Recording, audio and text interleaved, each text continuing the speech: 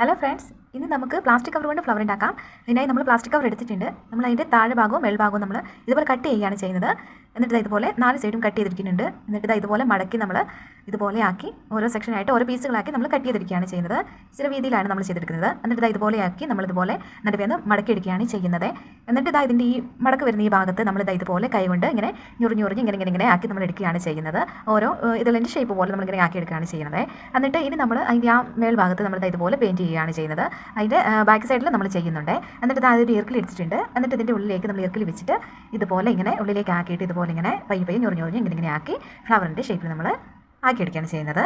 എന്നിട്ട് നമ്മൾ അവിടെ നൂല് വെച്ച് കെട്ടിക്കൊടുക്കുകയാണ് ചെയ്യുന്നത്.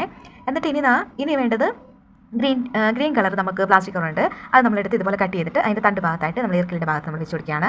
വേറെ 2-3 എണ്ണം കൂടെ നമ്മൾ ചെയ്തിട്ടുണ്ട്. അതിന് നമ്മൾ കളർ കൊടുത്തിട്ടില്ല, പ്ലെയിൻ ആക്കിയാണ് വെച്ചിരിക്കുന്നത്. 2 മൊട്ടുകളും കൂടെ ഉണ്ടാക്കിയിട്ടുണ്ട്. അപ്പോൾ ഇത്രയുള്ള വീഡിയോ ഫൈനലൊക്കെ ഇഷ്ടപ്പെട്ടെങ്കിൽ എല്ലാവരും ലൈക്ക് ചെയ്യുക. നമ്മുടെ ചാനൽ ഒന്ന് സബ്സ്ക്രൈബ് കൂടി ചെയ്യുക. താങ്ക്